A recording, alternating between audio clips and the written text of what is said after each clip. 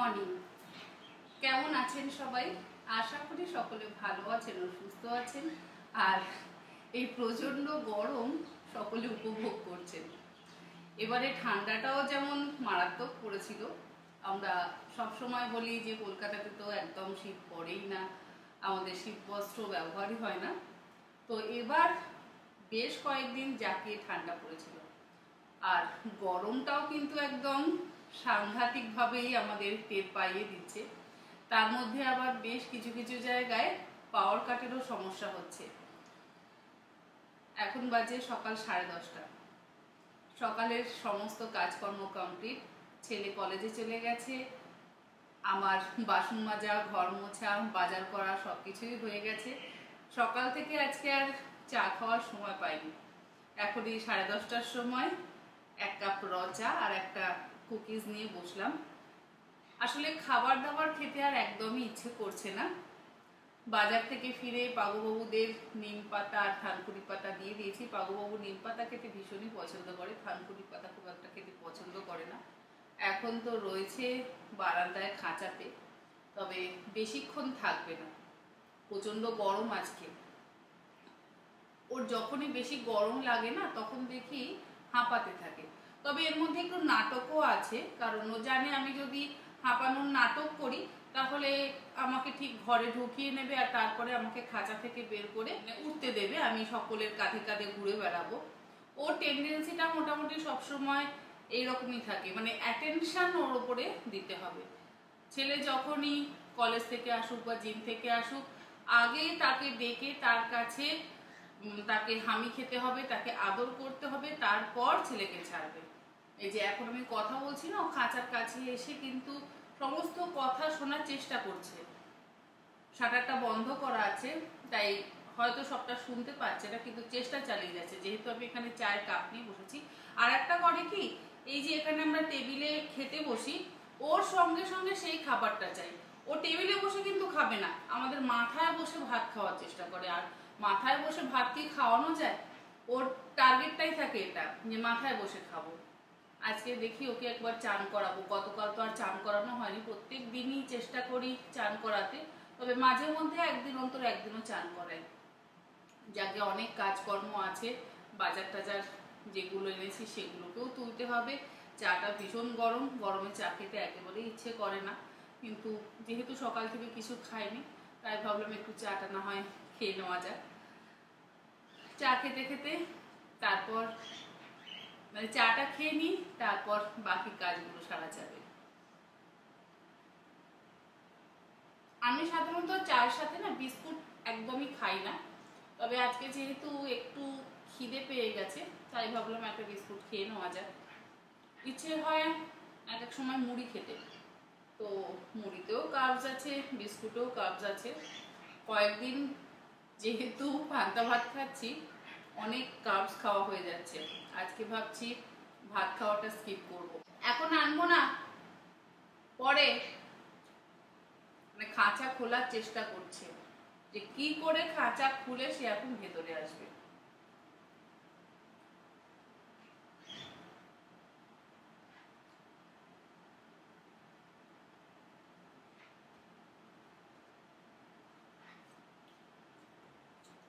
কালকে আবার ছেলের বন্ধু বান্ধবরা আসার কথা আছে, মানে ছেলের জন্মদিনের খাওয়াটা ডিউ আছে। ওদের পরীক্ষা চলছিল, তাছাড়া ছেলেরও শরীর ঠিক ছিল না, আমারও কাজের ব্যস্ততা যেহেতু ছিল, সেই জন্য খাওয়া দাওয়াটা বাকি আছে বলে কালকে ওরা আসবে। আজকে মোটামুটি আমি প্রিপারেশান করে রাখবো। বেশি কিছু মেনু হবে না, চিকেন বিরিয়ানি, চিকেন চাপ বা চিকেন রেজালা কিছু একটা বানাবো, চিকেন চাপই বানাবো একদম ইজি প্রসেসে। আর রেসিপি তো অলরেডি আমার তনভীর পাকশালাতে আছে, তার সাথে দেখি ম্যাঙ্গো চিজ কেক বা ব্লুবেরি চিজ কেক, যদি একটা চিজ কেক বানাতে হবে, কারণ এটা ছেলের আবদার আছে, চিজ কেক অবশ্যই বানাতে হবে, তার সাথে 2 রকম কাবাব। তো মোটামুটি এই সমস্ত রেসিপির জন্য আগে থেকে যদি প্রিপারেশন করে রাখি তাহলে আর কালকে রান্না করতে সময় লাগবে না। চিকেনটা নিয়ে এসেছি, আজকে এখন সমস্ত কিছু প্রিপারেশন করে নেব, ম্যারিনেশনগুলো করে ফ্রিজে রেখে দেবো। আর এর মধ্যে দুজন আছে অবশ্য ভেজ, তাদের জন্য একটু পনির আর পোলাও বা ফ্রাইড রাইস যা হোক কিছু বানিয়ে নেবো। ওরা ননভেজ খায় না, ব্যাস এইটুকুই। ওইখানে বসে বসে তার বক বক শুরু হচ্ছে, এখানে খাবি না তো পেয়ারা? টেবিলে বসে ও কখনোই কোনো খাবার খাবে না, চেয়ারটাতে মানে চেয়ারের এইখানটাতে বসবে। আমার ওই বাড়িতে ছেলের স্টাডি টেবিলের একটা চেয়ার ছিল, সেই চেয়ারের এই ওপর দিকটা না দুটো চেয়ারের একদম কেটে কেটে ওরা কিচ্ছু রাখেনি। আমার সেই জন্য ভয় লাগে যে নতুন চেয়ার যদি একবার কাটতে শুরু করে ও আর সেই চেয়ারের কিচ্ছু রাখবে না। আর ওদের ঠোঁটে তো মারাত্মক ধার। কি কি হয়েছে কি বলো? আমি এখন তোমার সঙ্গে কথা বলতে পারবো না, চলো আমার অনেক কাজ আছে। ও তুই আসবি? দেখুন আর একজনকে আনতে হবে, এসো।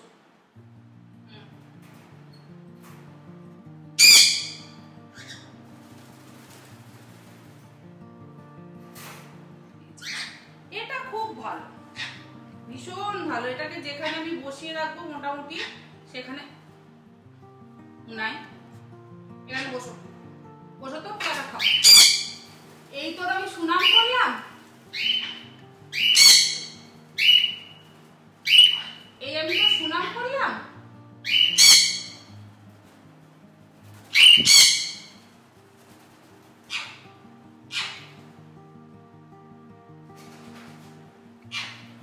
এদিকে আয়, ঠাকুর করে ঢুকেছে।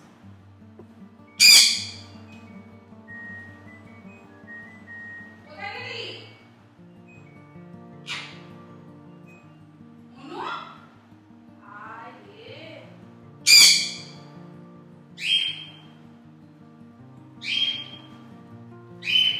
দেখুন দেখাই মুন্নু কোথায় গিয়ে বসেছে। দেখুন আমার লক্ষ্মী ঠাকুরকে জড়িয়ে ধরে সে এসে বসে রয়েছে এখানে। মুনাই বাবা এসো, এসো ঠাকুরের কাছে বসতে নি বাবা, এসো এসো এসো এসো। তুই ভালো তো বাবা? হ্যাঁ ছোনা মুনাই, চলো চলো চলো চলো চলো চলো চলো চলো চলো। ওরকম দুষ্টুমি করে না মুনাই।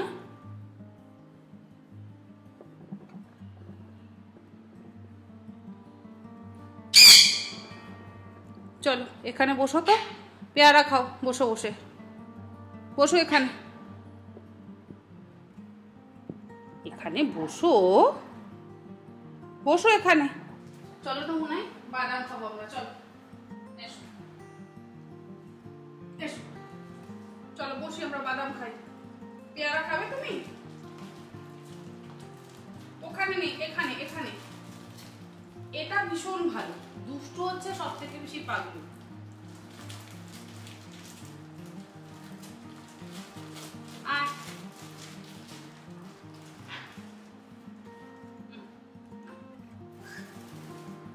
না ওই মাথায় বসে খাওয়া যাবে না, এসো না খাও বাদাম খাও। ওকে এক জায়গায় বসিয়ে রাখবো, বসে থাকবে, খেতে থাকবে, এটাই মাথায় বসে খাবে, আমি দেবো না মাথায়। চুলে সমস্ত খাবার ফেলে ফেলে না আমার চুলের এত নোংরা করে যে দুদিন অন্তর অন্তর আমাকে শ্যাম্পু করতে হয়। বিরিয়ানি, চিকেন চাপ আর কাবাবের জন্য মাংসগুলো আমি ধুয়ে নিলাম, আর এরকম একটা বড় পাত্রের ওপরে স্ট্রেনারটা রেখে তারপরে মাংসগুলোকে ধুয়ে ধুয়ে রাখছি যাতে এক্সট্রা জলটা ঝরে যায়। জল ঝরে গেলে তারপরে ম্যারিনেট করব।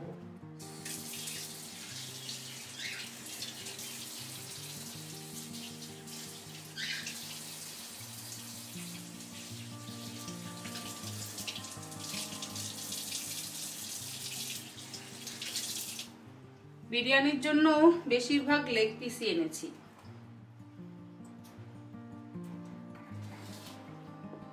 মোটামুটি এখানে আছে বিরিয়ানির জন্য 2.5 কেজি চিকেন, 2.5 কেজি না, তার বেশি আছে, 3 কেজি চিকেন। চিকেন চাপের জন্য আছেও চিকেন চাপের জন্য আছে 2 কেজি চিকেন, আর কাবাবের জন্য আছে 2 কেজি বোনলেস চিকেন। এই কাবাবের জন্য পিসগুলো এখনই করে রাখবো, এটা বেশ সময় সাপেক্ষ। এই এক্সট্রা চর্বিগুলো কাঁচি দিয়ে দিয়ে কেটে কেটে বাদ দিয়ে দিই। কাঁচি খুব কাজে লাগে রান্নাঘরের কাজে।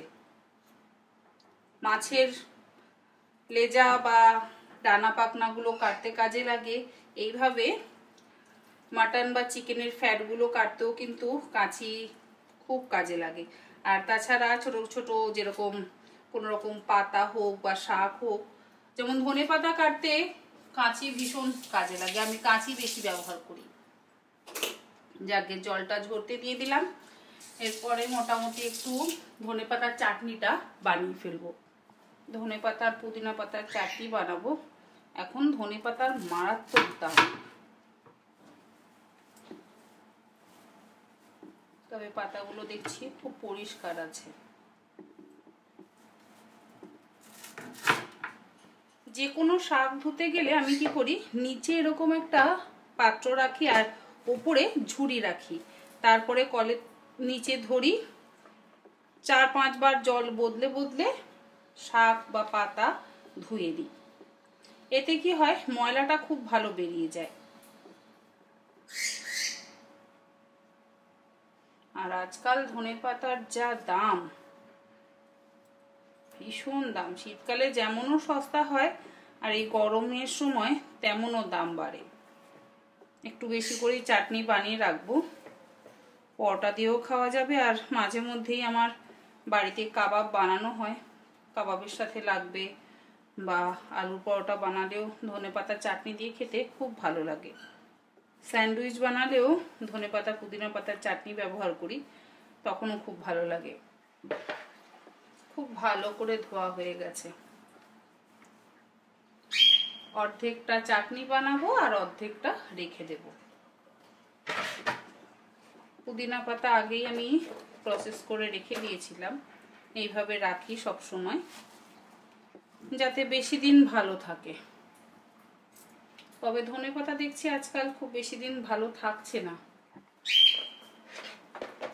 কি হয়েছে মুন্নাই? কি? দুটো পাতা কালো কালো হয়ে গেছে, সেই পাতাগুলোকে বাদ দিয়ে দিচ্ছি। খাও, খাবার তো দিয়েছি বাবা। কি হলো? এখন আর বাইরে বের করবো না, আমার অনেক সময় নষ্ট হয়েছে, অনেক সময় নষ্ট হয়েছে মুনাই। আর না, যে পাতাগুলো নষ্ট হয়ে গেছে সেগুলোকে বাদ দিয়ে দিচ্ছি।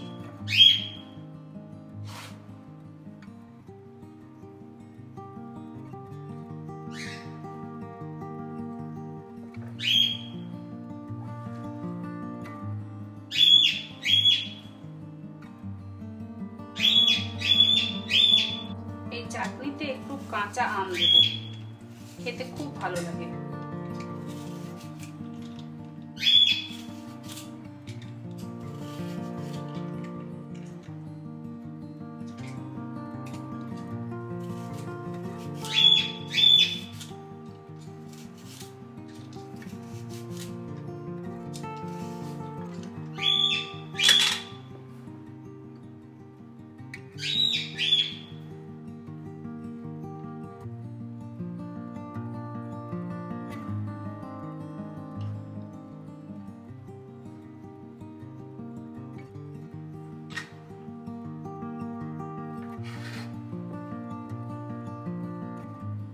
চাটনিটা একটু বেশি করে বানাচ্ছি বলে মিক্সিটা মানে গ্রাইন্ডারটা ছোট হয়ে গেল, তাই বড়টাতে শিফট করে নিলাম।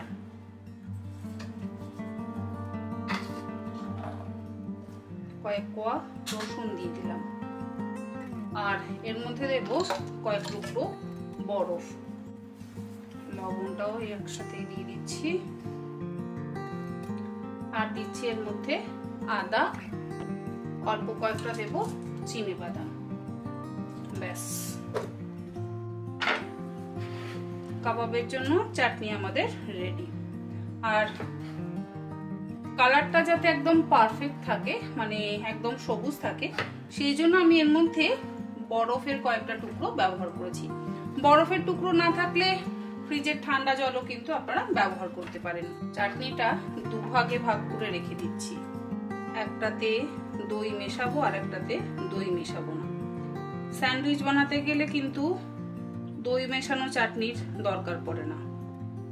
এটা আলাদা করে রেখে দিলাম। কাবাবের সাথে যদি সার্ভ করতে হয় তাহলে তখন এর মধ্যে টক দই মিশিয়ে দেব। এর মধ্যে মিশিয়ে দিচ্ছি টক দই। টক দইটা দিয়ে আর একবার ব্লেন্ড করে নেব।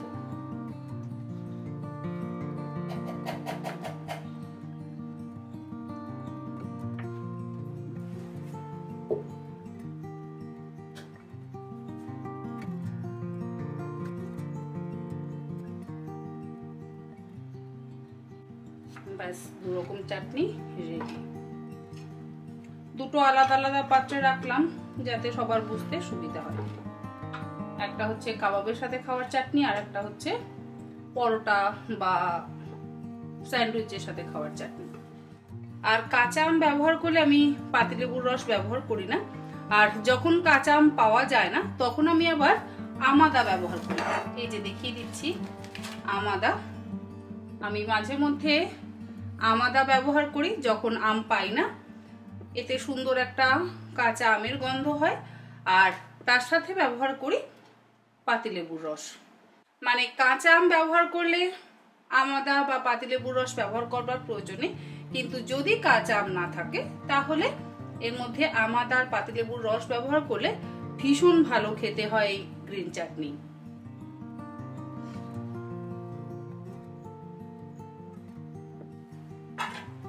আর এক্সট্রা যে ধনেপাতাটা আছে সেটাকে আমি এর মধ্যে স্টোর করে রেখে দেব। আমি সবসময় এভাবে টিস্যু বা কোনো সুতির কাপড় মুড়িয়ে ধনেপাতাগুলোকে স্টোর করি।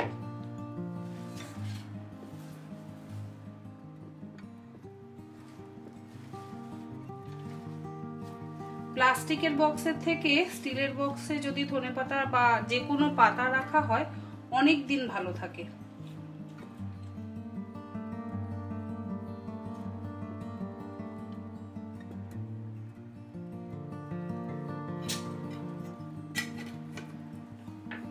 আজকে বাজার থেকে অল্প কয়েকটা কাঁচা লঙ্কা এনেছি, কিছু আছে তাও নিয়ে এলাম। আগের যেগুলো ছিল সেগুলো আবার একটু পেকে পেকে গেছে, তাই ভাবলাম অল্প একটু নিয়ে যাই। সবুজ সবুজ যদি কাঁচা লঙ্কা না হয় তাহলে যেন কেমন দেখতে লাগে। আজকের গুলো নিচের দিকে রাখলাম, তারপরে ওপরে আর একটা টিস্যু দিয়ে আগের দিনের গুলো রেখে দেব। আগের দিনের লঙ্কাগুলোর মধ্যে বেশিরভাগ লঙ্কাই পেকে গেছে, দেখুন একদম লাল লাল হয়ে গেছে। এগুলো বেটে যদি রান্নায় ব্যবহার করা হয় রংটা খুব সুন্দর হয়, তখন আর শুকনো লঙ্কার গুঁড়ো ব্যবহার করার প্রয়োজন পড়ে না।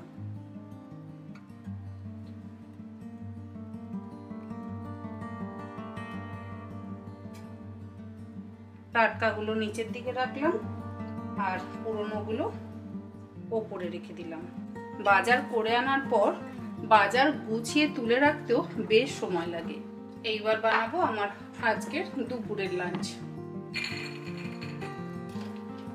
বেশ কয়েকদিন ভাত খাওয়া হয়েছে, আজ আর তাই ভাত খাবো না। কল গজানো ছোলা আছে ফ্রিজে, এর মধ্যে দেব কুচি নেওয়া শসা, কাঁচা পেঁয়াজ, টমেটো, ধনেপাতা কুচি, লবণ দিচ্ছি অল্প, আর দিচ্ছি যে ধনেপাতা পুদিনা পাতার চাটনিটা করেছি সেটা। তবে একটু পাতিলেবুর রস এর মধ্যে ব্যবহার করব। সবকিছুতে ভালো করে মিশিয়ে নিচ্ছি। এর মতন টেস্টি আর হেলদি খাবার আমার মনে হয় খুব কম আছে। ড্রেসিং এর জন্য আমি শুধুমাত্র ব্যবহার করলাম এর মধ্যে এই ধনেপাতা পুদিনা পাতার চাটনিটা, কোনো রকম তেলেরও ব্যবহার করিনি। একটু টক দইও ব্যবহার করা যেতে পারে। আগে একটু খেয়ে দেখি, যদি প্রয়োজন পড়ে পাতিলেবুর রসের তাহলে দেব।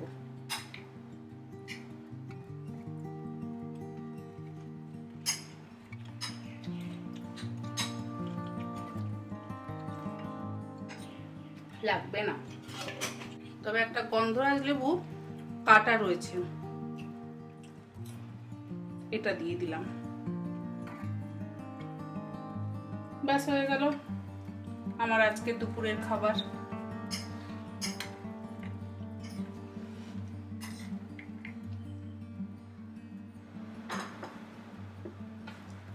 পৌনে 2 বাজে, দুপুরের খাওয়াটা এবার আমি সেরে ফেলি।